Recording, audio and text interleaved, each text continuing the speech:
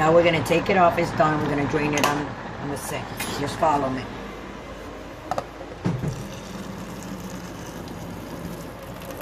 I'm gonna drain it. And I think that's good enough. And now what we're gonna do, we're gonna add the cheese. And this is the sauce that comes in the box. So there's no milk added, no butter, nothing. Just what's inside, which is cheese, as you can see. And now we're gonna mix it with our delicious. You just gotta mix it up until it's nice and cheesy.